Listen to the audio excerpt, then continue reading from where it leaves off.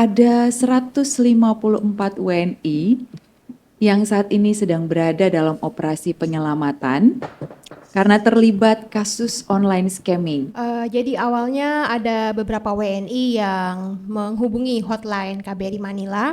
Sejumlah warga negara Indonesia yang ada yang menjadi tersangka. Ketika petugas protokol lagi melihat ke sisi lain, tiba-tiba orang itu sudah menghilang gitu, Bang. Isu PWNI merupakan prioritas nasional. Karena mereka sebelumnya itu harus bekerja antara 17 sampai 18 jam. Patah bilang malu bertanya sesat di jalan.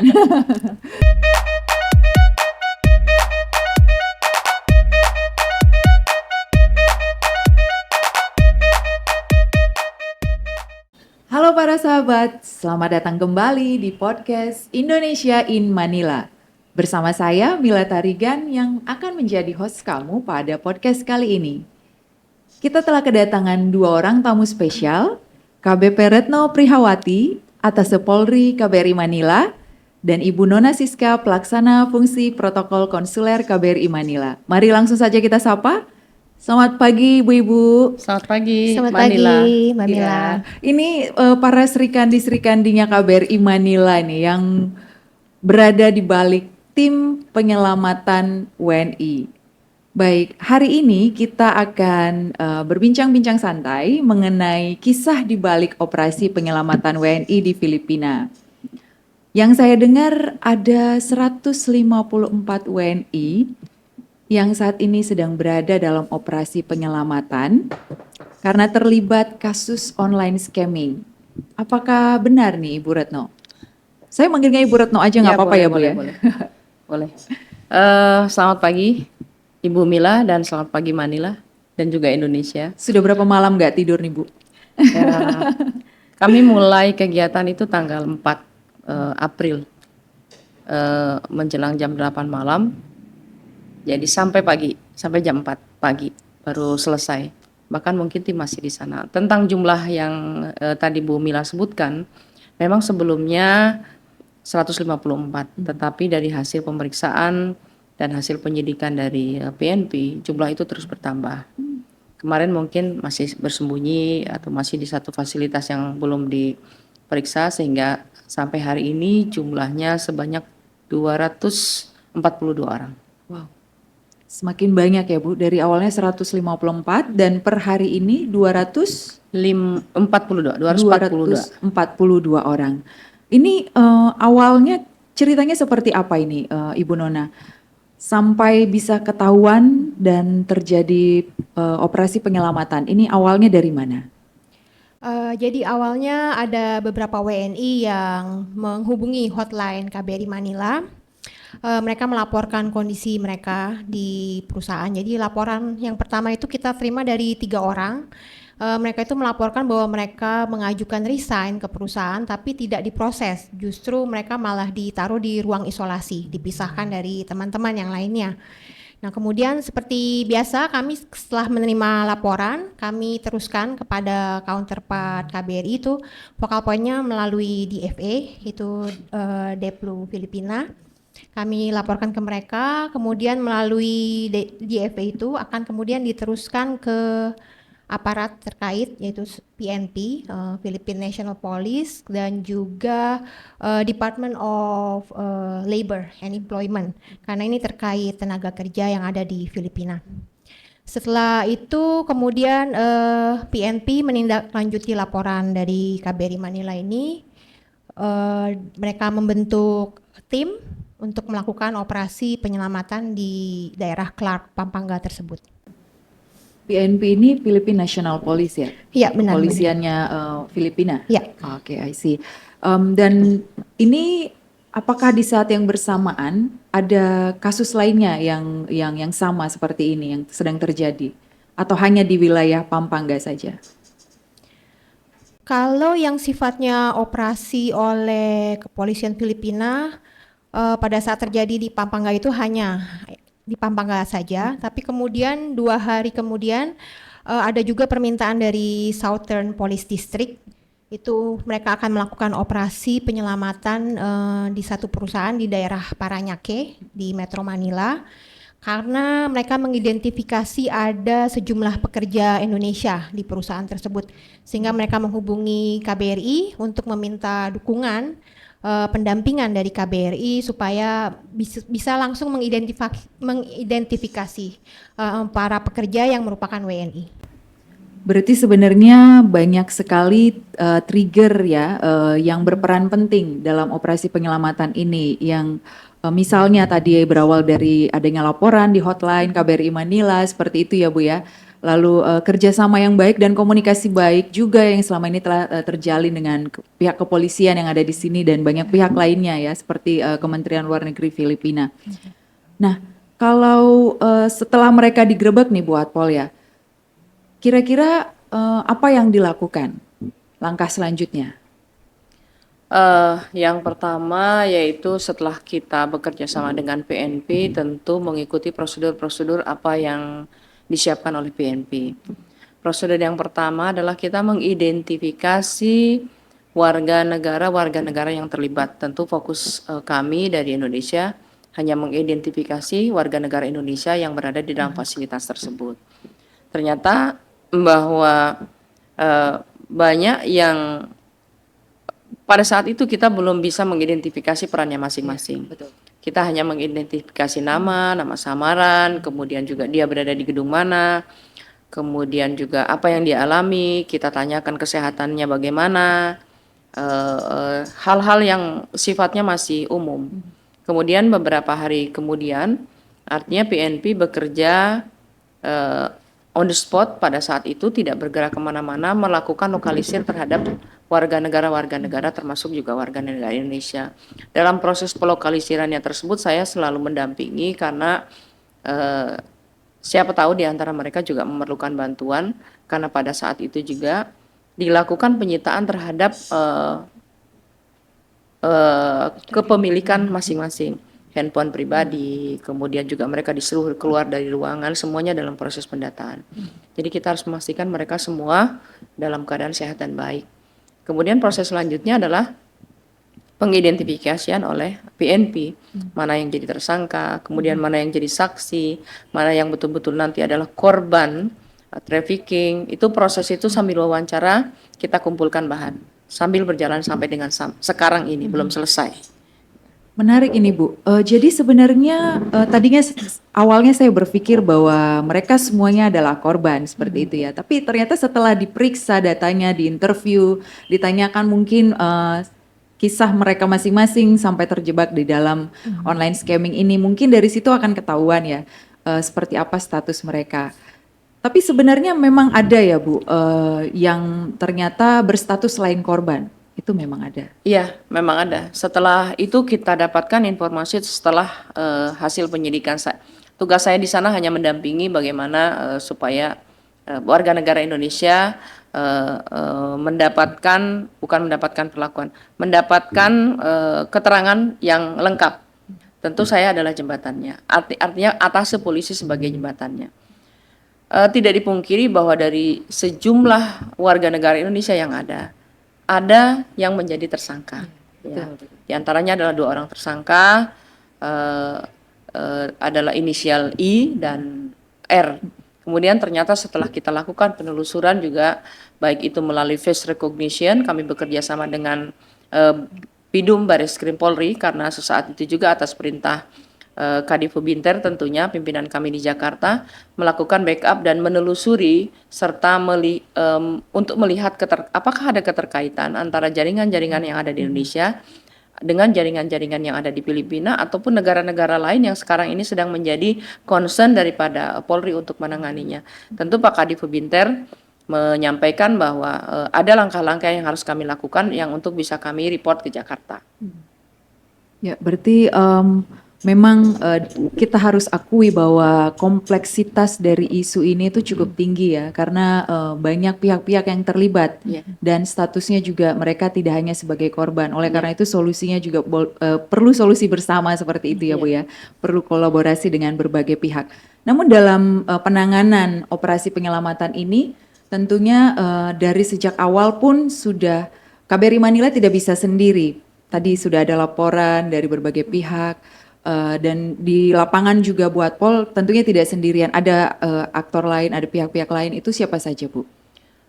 Kalau pada saat tadi sudah disampaikan oleh Bu Siska bahwa kita memang tidak memiliki yurisdiksi apapun di sini, sehingga kita harus berkolaborasi dengan kepolisian setempat.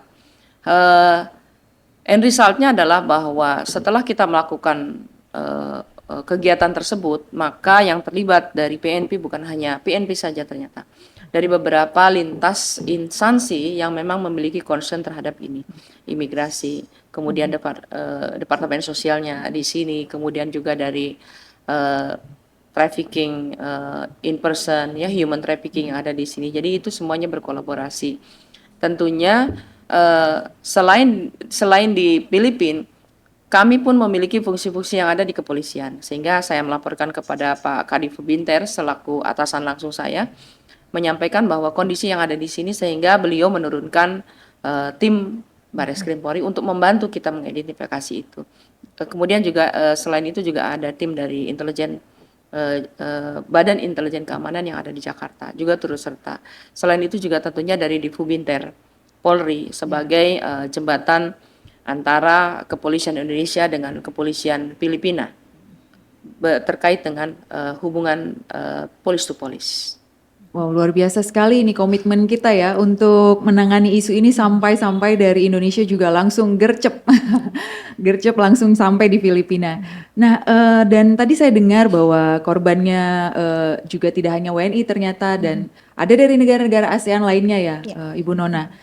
Dan selama ini dalam penanganannya tentu pasti ada komunikasi juga atau kerjasama dengan negara-negara ASEAN lainnya seperti itu ya. Mungkin bisa dikasih gambaran sedikit Ibu?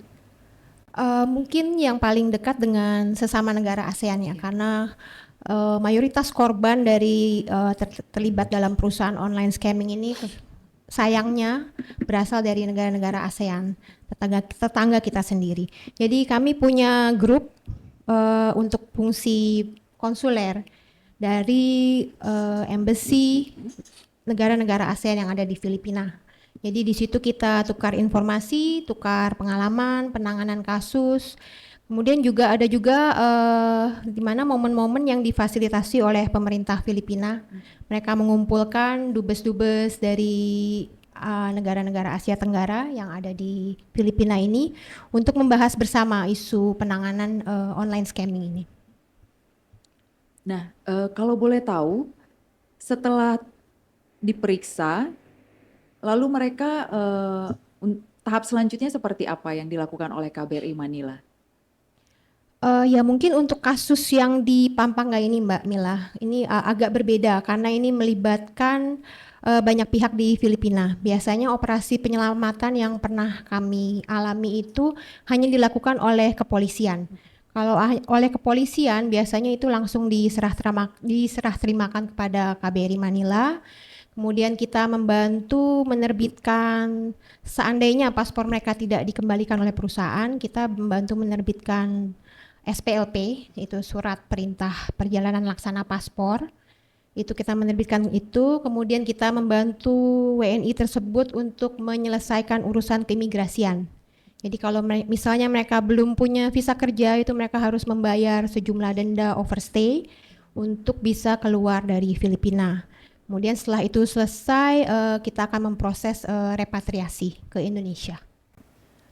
Tentunya ini KBRI Manila sudah cukup banyak menangani atau melakukan operasi penyelamatan seperti ini ya. Kalau tahun ini aja, di tahun ini ada kira-kira udah berapa banyak kasus yang sudah ditangani? Kalau kasus, ini saya lihat contekan dulu ya Mbak. Jadi kalau dari bulan Januari sampai Mei, ini di luar dari 242 yang baru saja diselamatkan dari Clark Pampanga ini, kita sudah menangani 150 kasus kurang lebih Mbak. Tapi mayoritas itu justru ini bukan dari operasi penyelamatan, tapi banyak juga yang melarikan diri dari perusahaan. Mereka melarikan diri ke KBRI untuk meminta perlindungan dan bantuan untuk pemulangan ke Indonesia. Bicara soal melarikan diri, saya jadi ingat nih, apakah mereka ini melarikan diri dari perusahaan? Maksudnya setelah diselamatkan, kira-kira maksudnya kalau udah dalam proses pemulangan gitu ya, apakah ada juga ini yang berusaha juga malah melarikan diri lagi, nyesel gitu? Misalnya mereka setelah dalam proses penyelamatan oleh KBRI Manila masih ada yang melarikan diri nggak dari proses ini kira-kira?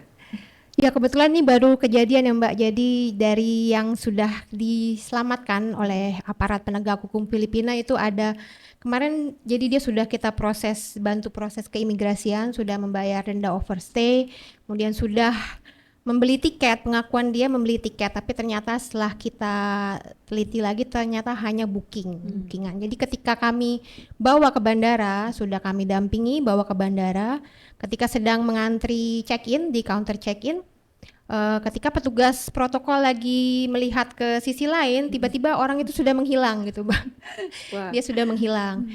Tapi ternyata 2 hari kemudian, itu tepatnya kemarin itu dia kembali ke KBRI dengan pengakuan bahwa dia kabur karena dia harus menyelamatkan saudaranya gitu Mbak. Ya selain itu, selain yang kabur juga banyak juga yang datang ke kami gitu menceritakan bahwa sebenarnya mereka masih ingin bekerja di Filipina karena kondisi keluarga yang harus ditanggung di Indonesia, kemudian juga susahnya mendapatkan pekerjaan di Indonesia sehingga mereka tidak ada pilihan lain, tapi mereka ingin stay di sini. Jadi memang seperti tadi balik lagi ya dengan kompleksitas dari isu ini karena banyak faktor yang sebenarnya menjadi pendorong untuk mereka bisa ada di dalam kasus seperti ini ya, kasus online scamming itu banyak sekali dan faktor penarik dan pendorong itu tentunya harus kita identifikasi bersama ya, untuk merumuskan solusi-solusi yang tepat gitu dan tidak bisa dipungkiri bahwa faktor pendorong ini juga datangnya dari dalam negeri ya, dan itu sangat berperan penting.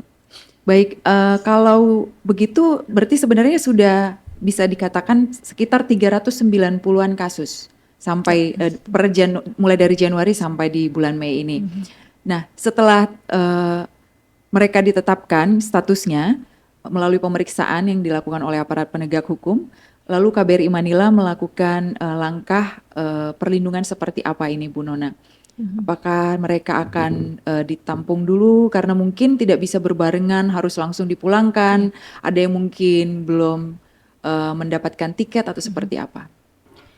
Jadi sebenarnya Mbak Mila kalau secara umum kita itu prinsip perlindungan WNI kita itu adalah mengedepankan kepada pihak yang bertanggung jawab. Jadi kita selalu upayakan dari mereka sendiri, misalnya untuk membayar denda overstay, kemudian untuk membeli tiket kembali ke Indonesia, itu kami selalu upayakan secara mandiri oleh WNI itu sendiri karena memang isu PWNI merupakan prioritas nasional memang, tapi tentu anggaran bukan berarti anggaran tidak terbatas. Jadi kami harus menetapkan prioritas kasus-kasus mana yang bisa dibiayai oleh negara dan mana yang diupayakan secara mandiri oleh WNI tersebut.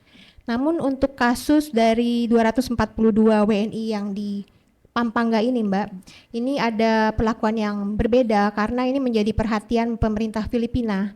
Jadi hasil dari kami kemarin menghadiri rapat dengan beberapa agensi pemerintahan Filipina mengenai tindak lanjut terhadap WNI yang di Pampanga ini.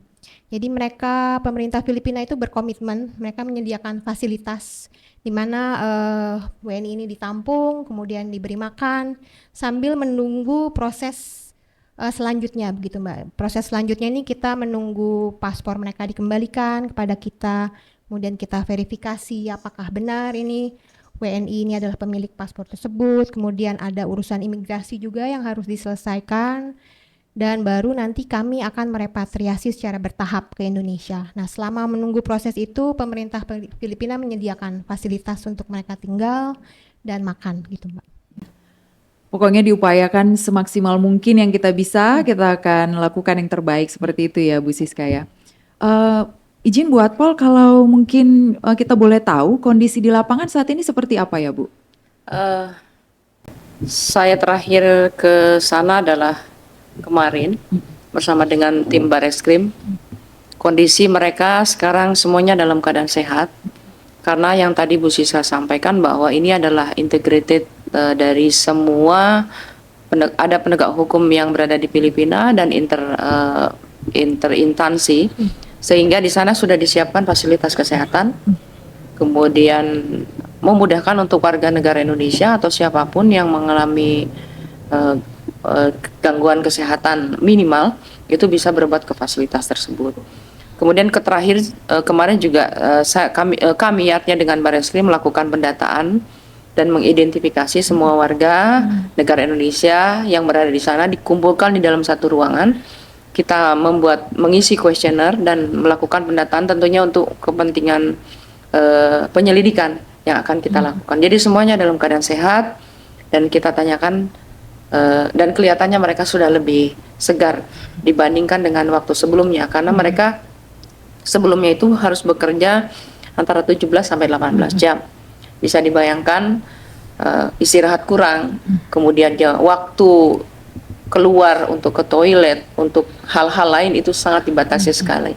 Jadi di dalam komputer itu diberi pilihan, mau ke toilet, mau kemana, dan itu seperti kita sedang ujian CAT ya. Waktu itu terus berjalan. Apabila melanggar dari jumlah waktu yang sudah ditentukan, akan ada pemotongan denda dan lain-lain sebagainya. Tentu itu nanti konteksnya adalah penyidikan yang akan kami laporkan langsung kepada pimpinan. Dan tentunya tidak berjalan mulus-mulus aja ya Bu ya. Pasti ada tantangan-tantangan yang dihadapi di lapangan juga. Apa kira-kira tantangannya Bu? Selama beberapa hari ini menjalani operasi penyelamatan yang salah satu tantangannya yang cukup jelas mungkin kurang tidur beberapa malam gitu. Harus menghabiskan waktu begadang ya Bu. Ya, saya pikir juga tantangannya adalah yang pertama, karena ini adalah negara orang, sehingga kita harus menyesuaikan dari prosedur penanganannya, lintas koordinasi, dan itu juga memerlukan waktu bersama dengan PNP. Tidak sebentar kita mempersiapkan kegiatan ini lebih dari 2 minggu. Kemudian juga kita harus memberikan keyakinan bahwa kita akan menyelesaikan permasalahan ini. Oleh karena itu kami berkoordinasi dengan Protkon, apa yang harus kita lakukan, langkah apa yang harus kita selesaikan, kemudian tahapan apa yang harus diselesaikan. Karena saya tidak sedikit juga menerima WA, menerima pesan melalui WA, melalui email dan lain-lain sebagainya tentang keluhan yang ingin segera pulang, yang menyampaikan saya baru 5 hari baru training, kemudian saya sekarang dalam kondisi mereka menanyakan kenapa kok sekarang saya berada di dalam fasilitas kok dikurung. Artinya dikurung itu di dalam kamarnya mereka masing-masing. Tentu kita berikan penjelasan bahwa semua yang dilakukan oleh PNP itu bukan dalam rangka untuk mengisolasi, mengurung, tetapi dalam proses penyidikan, sehingga memudahkan bagi PNP untuk memisahkan mana yang menjadi korban, mana yang jadi tersangka dan lain-lain sebagainya. Tersangka dan saksi sudah berada di dalam kekuasaannya PNP, kemudian juga hal-hal lain semuanya sudah dalam instansi yang mengurusi saksi, tersangka dan lain-lain sebagainya yang saya tidak bisa sebutkan di sini. Tentu itu menjadi bahan penyelidikan yang memang masih konfidensial. Lelahnya itu kayaknya bukan lelah fisik aja ya Bu ya, Ya. tapi secara psikologis juga harus benar-benar kuat nih menghadapinya. Iya, harus kuat menghadapi segala macam cobaan. Iya, hebat nih. Fasilitasnya kan jauh, Iya. makanannya agak sulit kita mencari makanan. Oh, oke. Kemudian yang pasti adalah tentu waktu ya. Kalau waktu bekerja sudah biasa buat Iya. kita 24 jam. Meskipun ya tidur di mana saja bisa, tapi kan tetap ya artinya kita memanage waktu supaya bisa menyelesaikan tugas, memberikan laporan secara benar dan akurat kepada pimpinan. Juga pimpinan saya ada di baik Pak Duta Besar, kemudian juga Pak Kadif Binter dan seterusnya. Ngomong-ngomong dari sini ke lokasi itu berapa lama jarak tempuhnya Bu? Pengalaman kita 2 jam. Oh, sekitar 2 2 jam jam. perjalanan. Jadi setiap hari Ibu pulang pergi selama 2 jam? Iya, 2 jam. Ya, 2 Berangkat jam. pagi, nanti pulang jam 11 atau jam 12 malam, atau berangkat jam 10. Saya mau pulang cepat tapi jam 12 malam juga. Iya, mau nggak mau ya. Untungnya kerjasama PNP dan lain-lain semua itu membuka akses yang baik kepada kita, sehingga memudahkan kita mengidentifikasi warga negara Indonesia. Itu mungkin best practices-nya ya Bu, dengan Ya. Filipina mereka punya political will, punya kemauan yang sama gitu untuk bekerja sama dalam operasi penyelamatan ini. Itu mempermudah proses semua proses. Dan untungnya kita punya MOU dengan PNP, Close to Police. Itu di renewal, terakhir kita renewal bulan Desember tahun 2022 dan mungkin nanti juga akan terus berlanjut sehingga memudahkan kita koordinasi dengan PNP. Sangat kooperatif sekali. Oke, kalau dari menurut Mbak, saya jadi manggil Mbak. Makin lama makin muda berarti. Siap. Menurut Ibu Nona, tantangan yang dihadapi dari segi kekonsuleran sendiri itu seperti apa? Oke, kalau dari segi kekonsuleran terkait para WNI yang bekerja sebagai online scammer ini adalah karena kita sesama negara ASEAN ini punya fasilitas bebas visa, Mbak Mila. Jadi mereka bisa datang kapan aja tanpa harus membuat visa, tanpa harus menotifikasi KBRI, mereka tiba-tiba sudah di Manila, sudah di Filipina.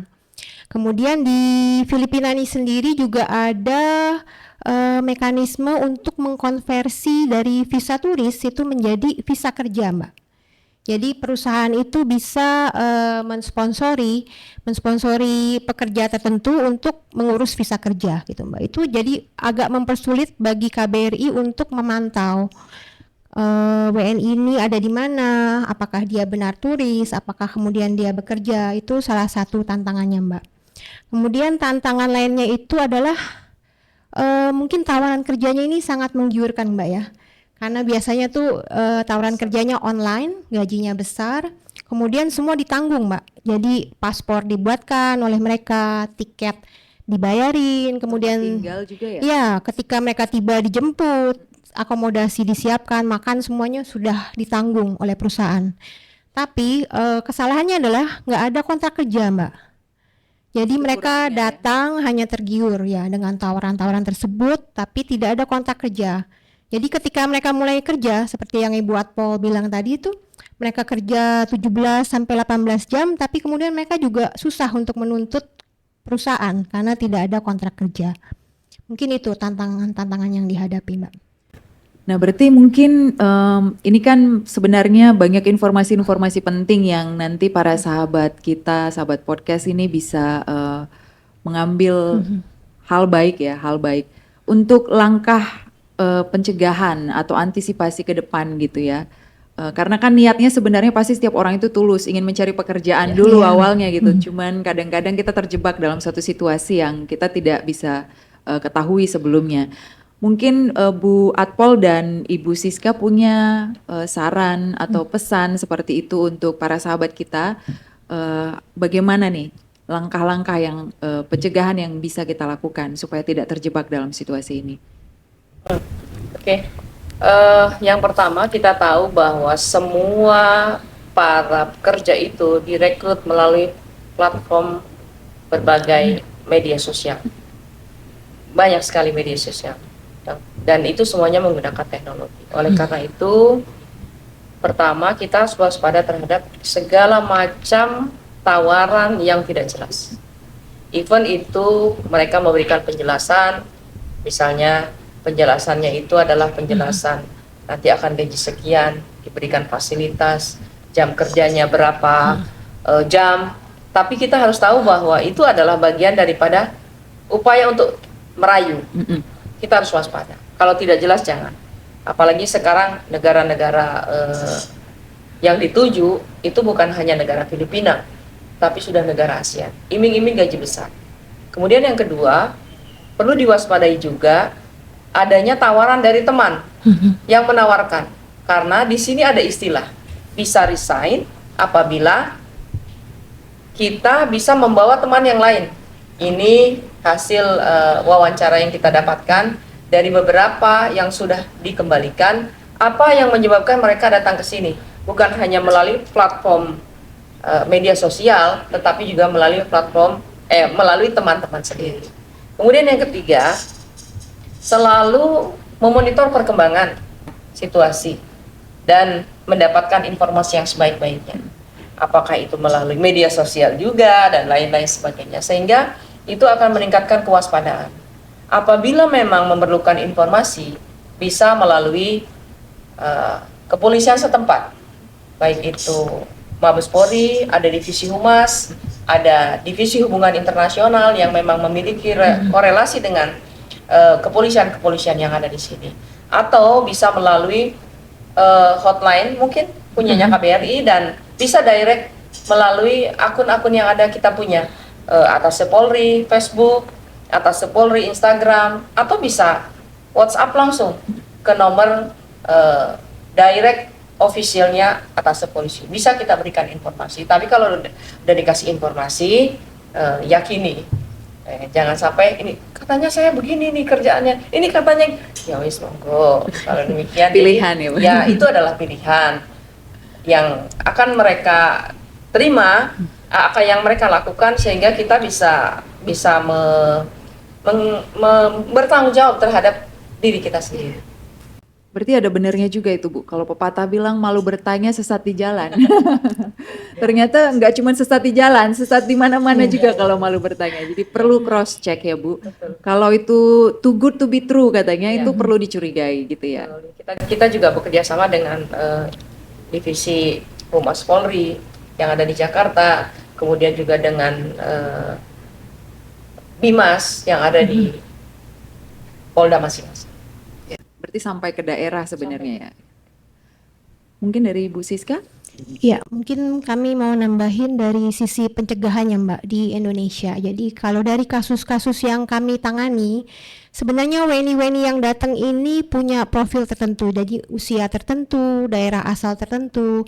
Ya kami berharap dari laporan-laporan yang KBRI buat selama ini itu bisa ditindaklanjuti oleh instansi terkait di Indonesia untuk membantu memfilter lebih ketat gitu. Jadi ketika mereka mengajukan pembuatan paspor, kemudian ketika mereka akan berangkat di counter imigrasi, itu mungkin bisa ditanya lebih detail apa tujuannya ke Filipina. Mungkin itu salah satu langkah pencegahan yang bisa dilakukan. Mengingat tadi yang seperti saya sampaikan, mereka bisa datang ke Filipina dengan bebas visa gitu, jadi tidak perlu mempersiapkan visa. Seperti itu. Baik, ini sungguh sangat menarik sekali pembicaraan kita ya, meskipun pembicaraan santai tapi daging semua isinya. Banyak sekali informasi-informasi yang bermanfaat. Terima kasih banyak Ibu Watpol dan Ibu Nona Siska sudah hadir bersama kami di podcast kali ini. Kami tahu waktunya kayaknya habis ini langsung harus lari lagi. Untuk kegiatan selanjutnya, tapi sudah bersama dengan kami saat ini. Kami sangat mengapresiasi waktu yang sudah diberikan, dan kami yakin para sahabat podcast semuanya bisa mengambil manfaat dari pembicaraan kita pada saat ini. Oke, demikian podcast kita saat ini.